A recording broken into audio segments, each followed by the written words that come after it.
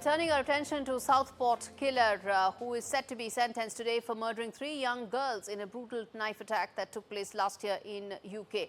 The 18-year-old ambushed a Taylor Swift-themed dance class in Southport, stabbing and killing those girls aged between 6 and 9 with a 20-centimeter kitchen knife. As a trial was set to begin in Liverpool on Monday, the teenager pleaded guilty to the murder of the 3 children, attempted murders of 10 others, as well as 2 terror-related charges. He also admitted to producing a biological toxin, possessing materials related to terrorism, and carrying a weapon, including the knife used in the attack. The horrific attack sparked violent protests across the UK, fueled by a fair bit of claims on social media. There was also a crackdown that came in from Starmer's government right after that.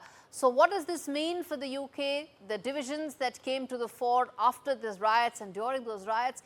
Let's get in Professor Scott Lucas, who's joining us live from Dublin in Ireland, to talk to us about the significance of this trial, this conviction, what it means. Professor Lucas, good to have you on the show. Talk to us about the impact this case has had and will have on the British society. Well, I think first and foremost, of course, is the impact on those lives that were taken, those 3 young girls who were killed. I think it was 9 girls and staff who were seriously wounded, whose lives will never be the same because this young man, who was 17 at the time, decided he would carry out a mass killing for whatever reason that was there. And certainly, as you have mentioned, he did possess an Al-Qaeda training manual. He did possess materials about how to make ricin, the nerve agent. But what happened, and we need to be very precise about what happened, is that British society was ripped apart, not specifically because of this young man. It was ripped apart because of disinformation, false information, especially from the far right in the UK.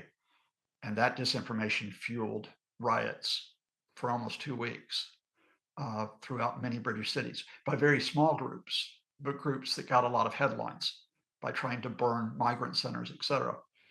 Professor Lucas, this case brought the divisions to fore, didn't it? The underlying issues related to immigrants, the underlying issues within the society about how Europe is now trying to grapple with the problem of illegal immigrants. All that came to fore with this case, didn't it? It was brought to the fore by disinformation. Before this case, we even had the details. In late July, as the police were investigating the case, the activist, the far-right activist, Tommy Robinson, put out the information that the attacker was an Arab, possibly a Muslim. He put out a false name.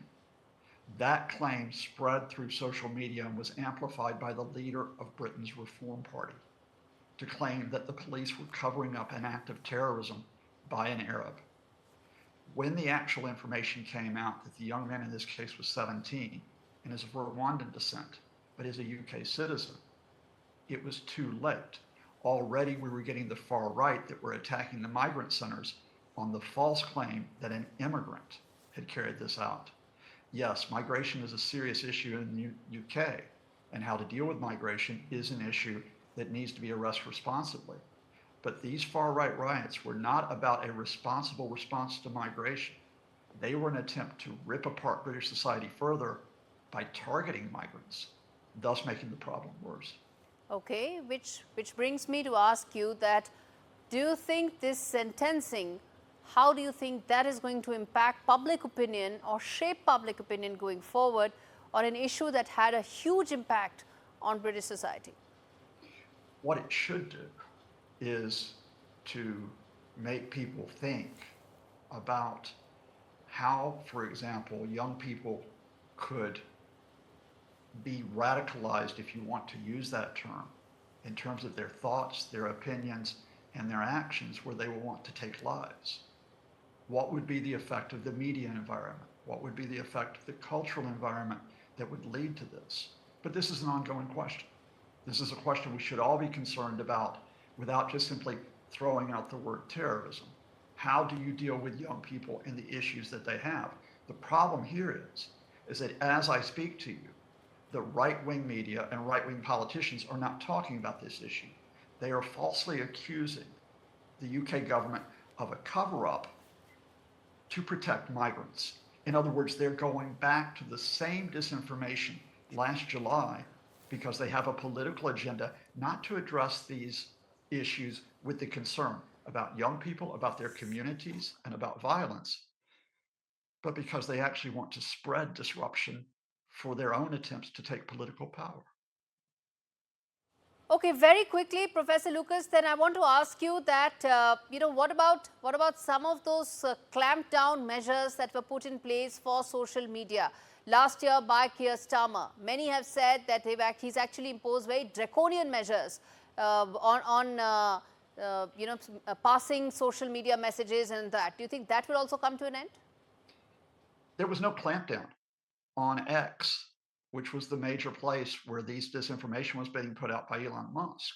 What happened is there were individual cases where police went to those who put out those messages on the grounds that they could constitute hate crimes, hate speech.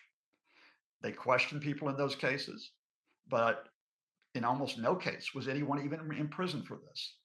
So there was not this clampdown on social media that Elon Musk and his ally, the Reform Party's Nigel Farage, allege.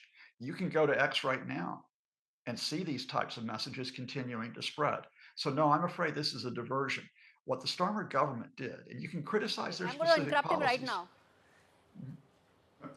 What the Starmer government has done is tried to deal with this case responsibly, both as a legal case and both in terms of trying to prevent this type of rioting that we've seen.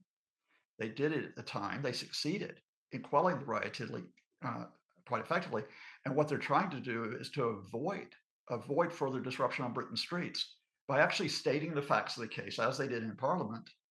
I'll have to wrap this up right here, Professor Lucas. Thanks so much for giving that perspective to us on an issue that really did have huge ramifications for the British society.